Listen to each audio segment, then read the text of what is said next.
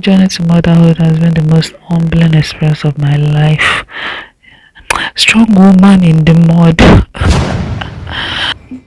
Hey, how you doing? This is Gwangwili, my motherhood journey, pre-motherhood journey to holding my baby. So, I had the appointment with consultant some weeks back, and because I was already 40 weeks gone,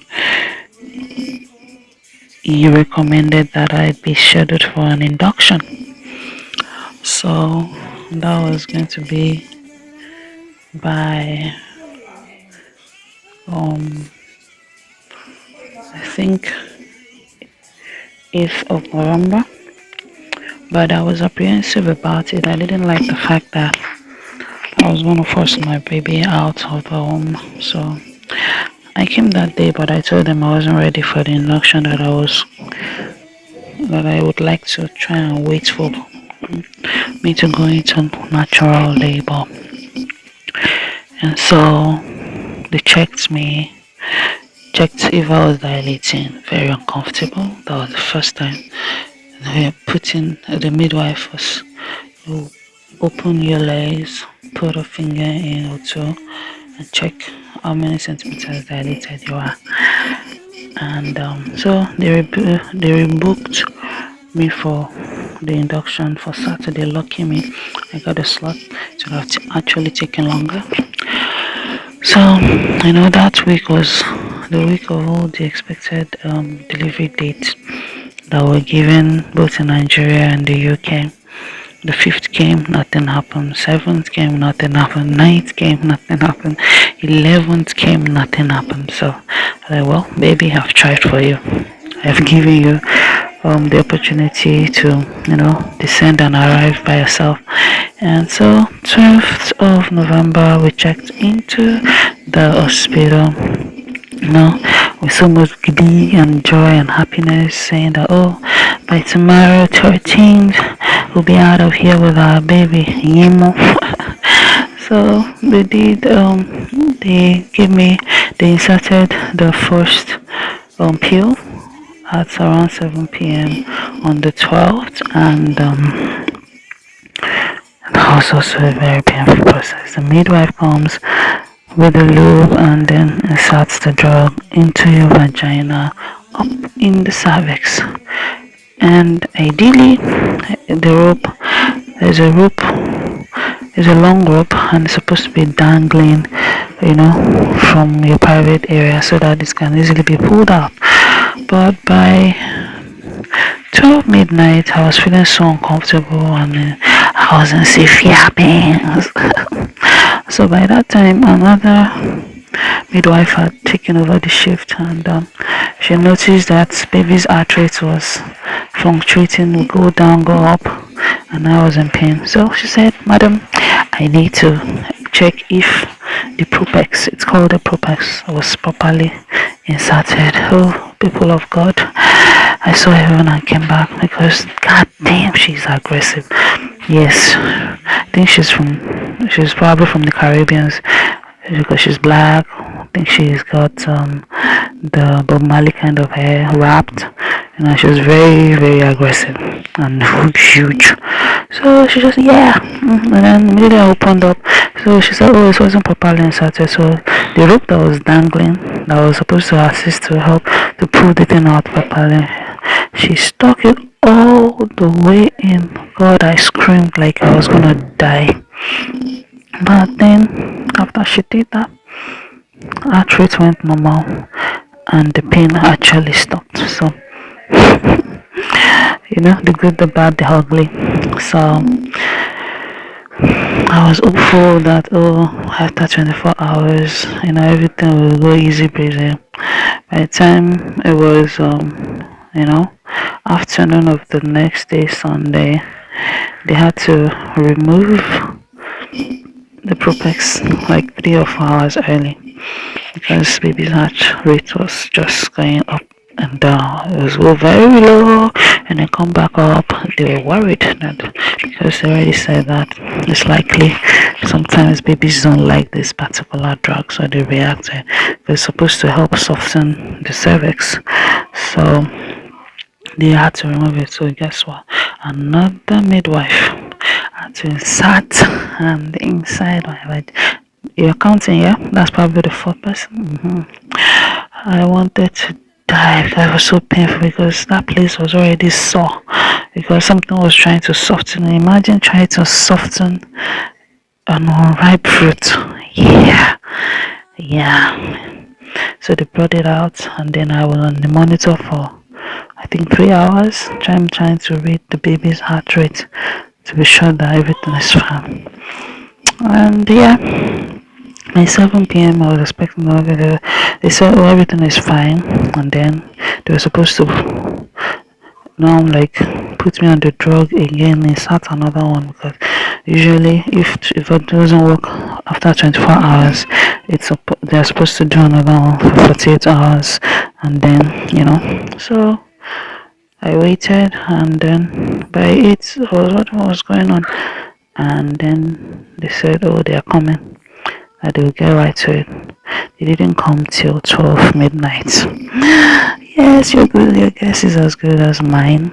Another midwife comes in and it sat I up there. Oh my god, I wanted to die. It was so freaking painful. Ladies, nobody prepares you for the journey to motherhood. Every person's journey is private and different. So just prepare your mind and just hold on to whatever you believe in so that you can be able to come out on the other side of this of the madness. It's crazy. So by the 24th, by the 48th hours, no, another 24 hours, they checked me and I wasn't dilating. I was barely 1%, 1 centimeter. The wake of the womb wasn't opening. You can imagine my own disappointment. That was already by Monday morning. So by that Monday morning, they needed to move me into another section because that was labor ward. And since I wasn't proceeding to labor, they needed to move me somewhere else. So they moved me to another ward, which was actually a better thing because the environment was really depressing because there were lots of women crying around me that had proceeded into labor. So you can imagine me feeling like a failure. You understand? I met 2 people there. They had given birth. 2 other people came, to their own rooms, and they were already in labor and crying. They've been crying for like 24 hours, and I was just there eating and drinking. I don't know. I said, this one just came here to be drinking tea. It wasn't funny. But then, everybody's body is different, so you need to understand that whatever that you go through during pregnancy has nothing to do with your baby. It's just your own body morphology, and you just deal with it and go with whatever the response your body is responding. But it has nothing to do with your baby. Separate and isolate your baby from the challenges that you face. Everything is on you. Has nothing to do with the poor child. I hope you understand that little. Yeah, so I think I got to the other maternity ward. He even gave me a private room, which was excellent, at least for my mental health. So the consultants came to talk to me and said, "Okay, you've had failed induction for the last 48 hours." Just imagine, hearing that, and we, based on policy, that's the maximum that we can do for you when it comes to induction.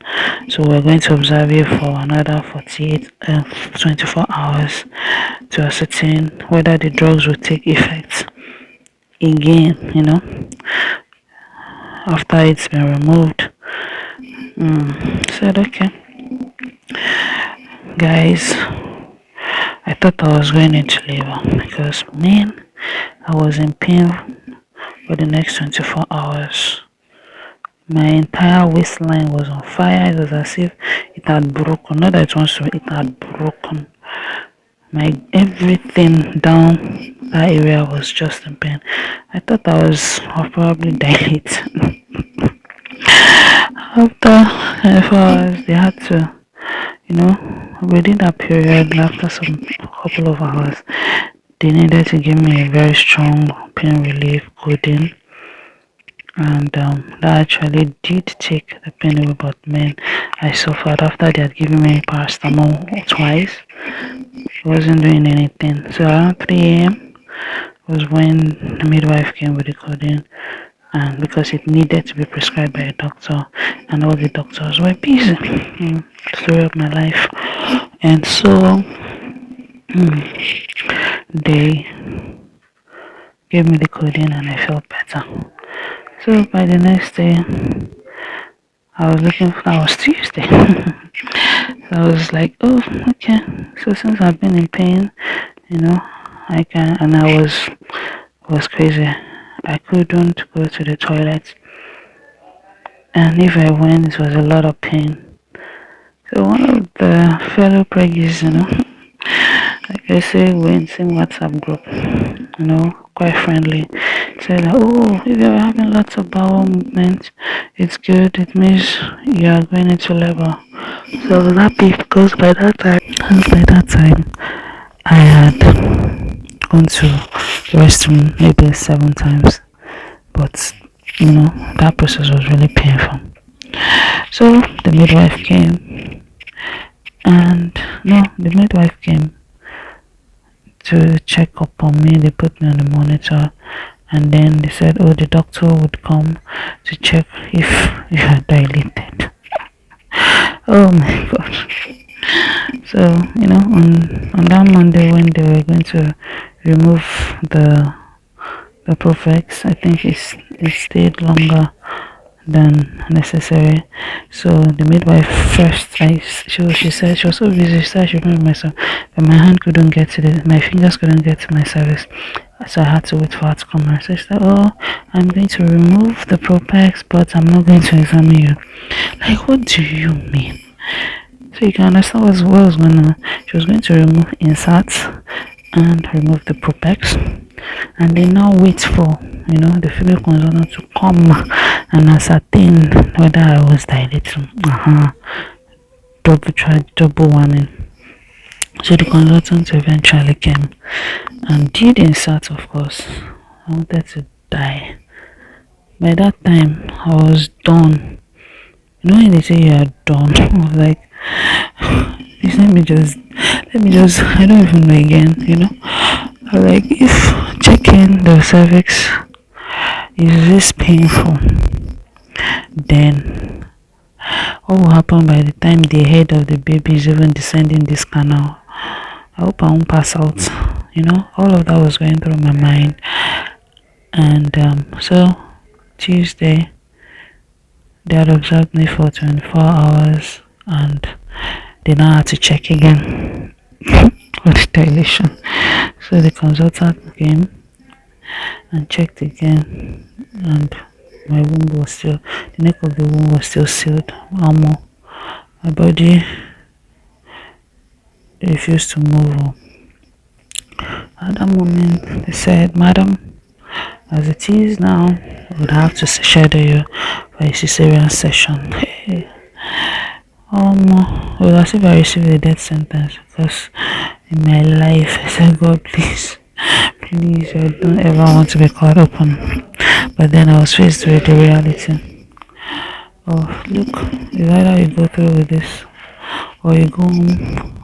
And the longer you wait, and by that time we're already into the 42nd week. So it was just a case of, look, you can't continue to carry this baby around in your stomach. You need to let the professionals do their job. That's how they brought consent form and read the riot act to me. I mean, like told me all the pros and the cons and everything that could go wrong. I was just crying. I was just, my husband was not with me, I had gone to work. I was just crying. It's a die. Ah, God, I wanted to die. My God, who sent me? Like, who sent me? After all that I've been through for the last 10 months in this pregnancy. Hey, God, better is the end of a thing than the beginning thereof. That's what your word says. Please see me through. So, they placed me on the monitor, and then the baby's heart rate descended again, and that put them on red alert. And it did that twice. Immediately, they said, Madam, we may have to prepare you for an emergency C-section. It was so scary. This was me just trying to prepare my mind for the next 24 hours to say, okay, Wednesday, at least my husband would come. And then by the time they came, sent like this the doctor that read the riot act to me. And finding my veins is always a difficult task. My people, she pricked me twice and couldn't get the vein. I wanted to kill her. Jesus, I wanted to die. And with all the trauma that I had experienced during the pregnancy, all the period that I was ill, I was pricked at least 10 times on my hands for them, for every creating an IV line. All of that came back, and I was so emotional. I was traumatized. So got so good. Another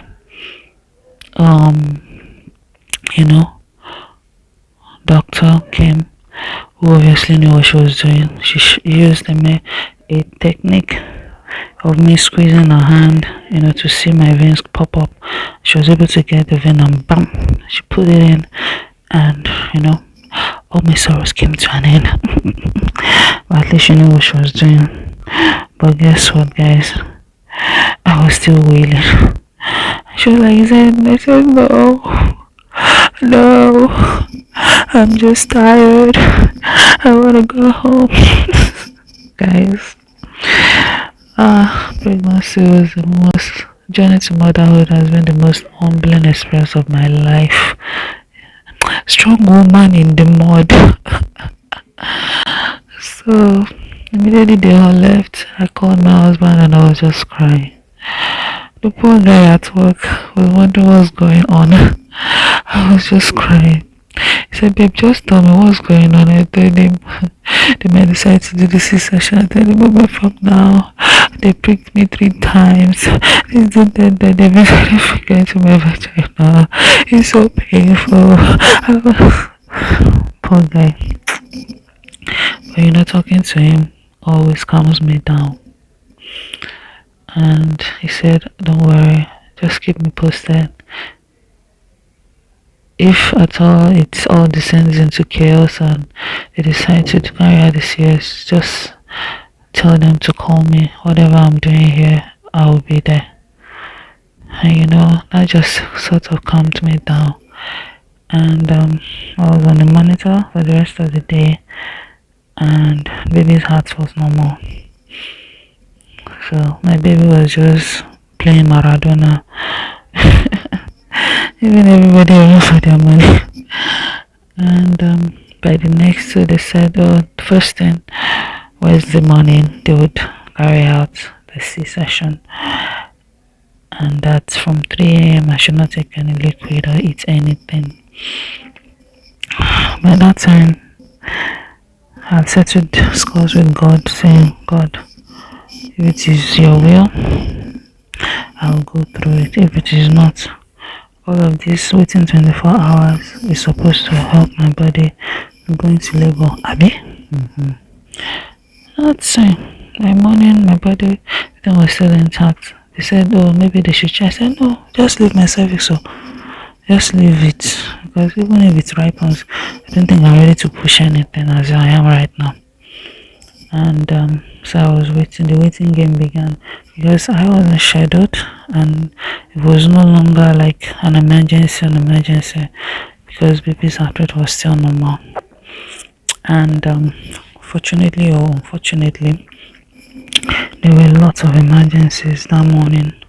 So by 11 a.m. they came to meet me and said, "Sorry, madam, we don't think we'll be able to carry out the procedure today again.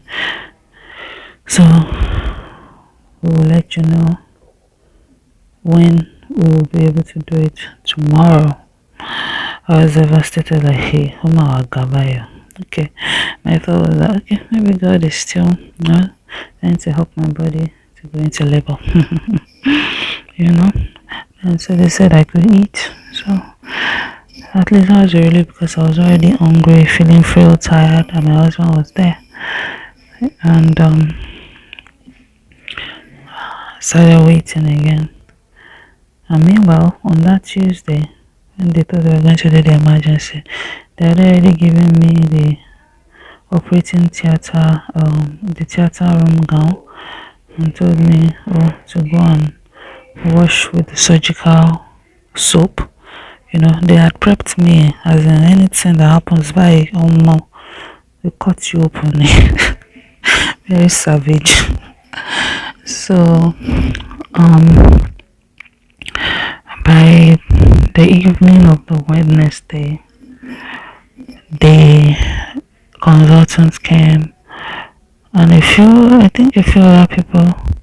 The consultant and the midwife came and then explained to me that, so we've been able to secure an elective spot for you tomorrow morning, Thursday, because somebody that was supposed to be coming in for the session went into spontaneous labor. Oh wow, God works in miraculous ways. Because on the morning of the 16th of November, I was asking God, like, why not 17th? Yes, I was like, God, why not 17th? And then they came to me at 11 a.m. to say, sorry, it's no longer 16th, it will be 17th, but they wouldn't show the time. And then they came and told me that, somebody went to spontaneous level, so I'll be taking the person's spot. So 17, why is 17 so important? Because 7 is my favorite number, and my husband's birthday is January 17th. So my baby's birthday will be November 17th. So look at the number sequence: 171 and 1711. Yes, some spiritual connotations there, yeah. So by the morning of Thursday, the theater midwife came with her assistant. I said, we'll be taking care of it today. And then they helped me to evacuate the room I was in. Well, by that time they had actually moved me to the ward room because there was someone that was really ill and needed to be in the private room. So I was moved to, guess what, the number? Yeah, ward number 7. Room of perfection. Room of perfection. I was transiting from in there on the 17th, It was beautiful. And the funny thing, the first EDD that we were given when we came to the UK and had the first scan was actually 7th of November. So I was so happy that, my baby will be 7, that will be 17, and I'm 27.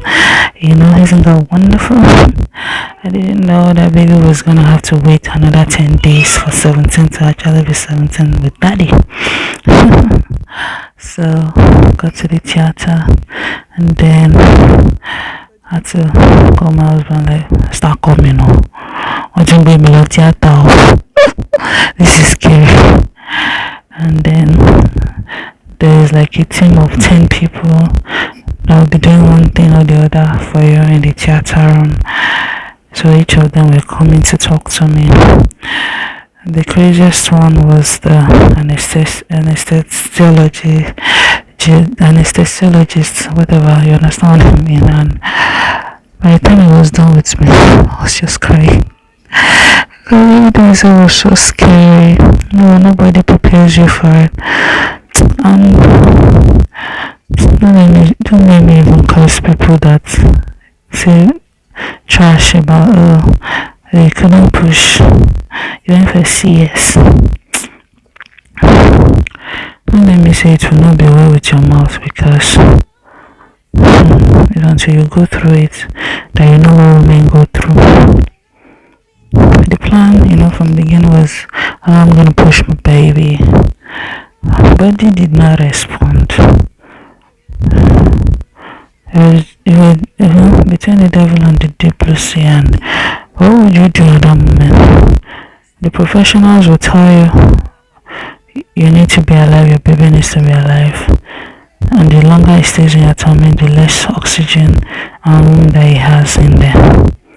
So you're going to be foolish and be saying, oh, because all people say, go need that from what people say. Because people are actually stupid and myopic in their thinking. They don't know shit. You have no idea what women go through in pregnancy. So for myopic thinkers out there, they have one thing or the other to say about, vaginal birth or CS. Shut up. Especially those of you that don't even have the ability to get pregnant. And then for those of you that have been pregnant before and you're able to push, congratulations to you. But let women be. Let them have their own full experience. Whatever their own experience is, it is their experience. The cocoa is that they come out of the journey alive, because truth be told, pregnancy is a journey of life and death. And we all know that people die from even carrying pregnancy. Let's even talk about ectopic pregnancy. And then the journey of the pregnancy itself. So that you're able to carry to full term, you're able to carry your baby regardless of whichever way it was delivered. Congratulations, mama. You are the real warrior. You are the real victor. You are the real MVP. You are the real MVP. So by the time the anesthesiologist was done with me, my husband had come and I was just bawling. I was just crying, like, Moku. And the pregnancy was with a subsistent fibroid. So apart from the fact that childbirth you lose blood, now with fibroid is like blood loss pro max. So they told me, because the day before they had taken my blood samples and to cross match and get the right blood for me.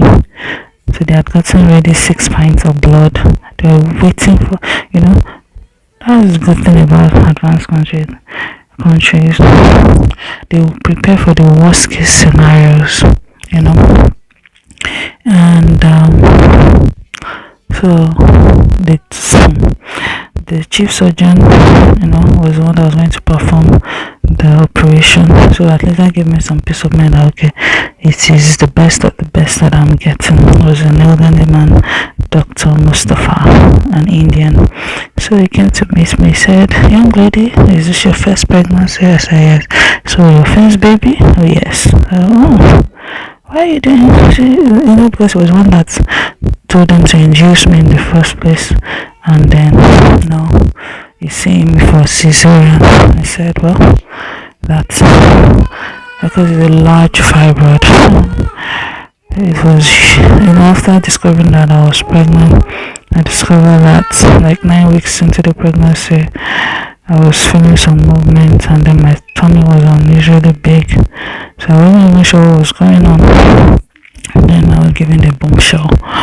So I think it's likely, in quotes, stopped growing at the 24th week or something. But I started feeling the fibroid pain at the 20th week, because and that's when it started degenerating, because baby was now outgrowing the fibroid. That story for another day. So he said to me, well, you stand the risk of bleeding excessively, and if he is unable to control the bleeding, he would have to do an hysterectomy and take the womb out. He killed me again. It has finally over. Finally, a gunner. And then the anesthesiologist came, and then this one came, and they were just telling me everything, and I was just like, God, what is it now? What is it now? At that moment, I had to pray the prayer of forgiveness of sin. At that moment, I had to say, God, if this is how you have prepared for me to leave this world, let your will be done. At that moment, I just have to accept that God, better is the end of a thing than the beginning thereof. Or whatever the outcome is, it has got to be your will. Don't let me bleed to death on that table. So, John Jesus, take charge. Do what only you can do. At that moment, I was just like, God, over to you. Over to you. So he gave my husband scrubs to wear, and then told him that we will be back to call you. So they took me in and prepared me for the anesthetics. And that itself was another humbling experience. Open your back, and then you bend forward, and then they inject your spinal cord. And then there was a woman whose job was to distract me from all of the things that were being done to me. And because they envisaged I would need blood, they needed to create another line. Yes, people, trauma. Apart from the one that was created on Tuesday, they needed to create another one with a large needle. They pricked me. Was it 2 or 3 times? Hey, I wanted to die. And that was even with them giving a local anesthetics at the point of the injections. But then the pain goes straight into your medulla oblongata. And so at the third attempt, I was not looking for the anesthesiologist. So I now told him that, okay, I think this particular one would work. And by God's grace, man, it worked. So they prepared that in anticipation for the blood transfusion. And then by the time they injected me with anesthetics, they sprayed me with alcohol, menthol or whatever on my back, and then my legs became heavy, which means the anesthetics was taking effect. I felt numb from above, from below, from under my breast, I think, down all the way to my legs. I was numb, not feeling anything. Not feeling anything. So they sprayed my upper part. I could feel the cold spray. When they sprayed my leg, I couldn't feel anything. So they knew that I was ready. That was when they called my husband to come in. But people of God, as soon as they laid me down, when witness eyes laid me down, hear me now. I'm the sweet rose, after giving it my all. Winter storms have come, and I can't find some. After all that I've been through, who on earth can I come to? Hallelujah.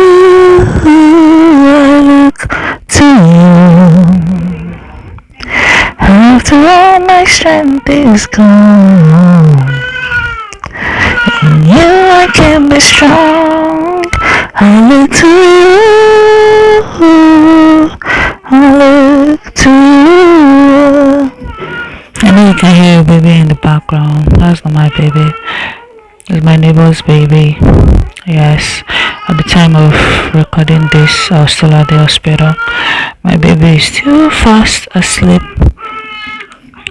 as we cross into day 3 of our motherhood journey.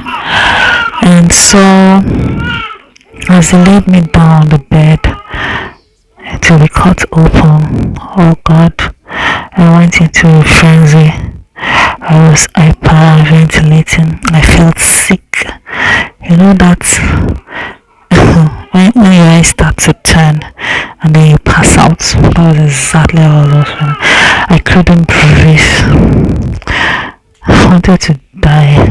There was a case of God. I already died already.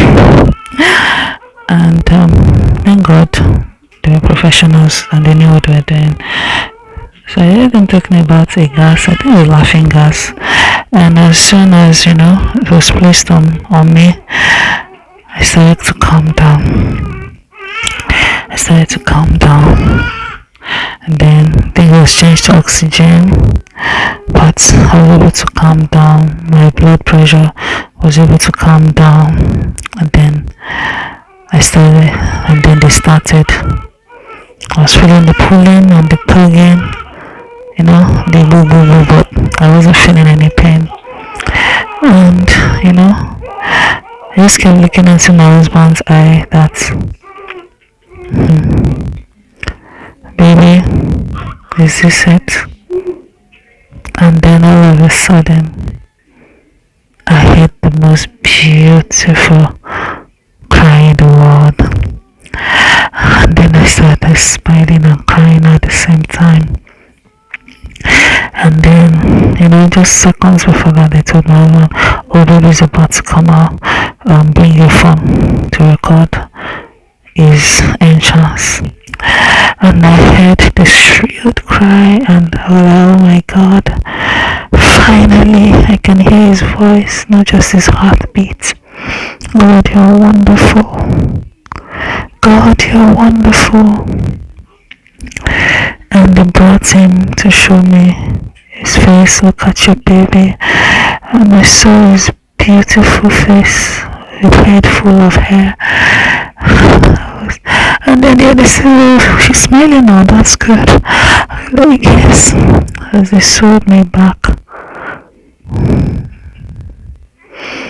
And that was how my baby arrived, and just before I was wheeled out of the theater, they placed him on my chest, and I can't explain the feeling, the fulfillment,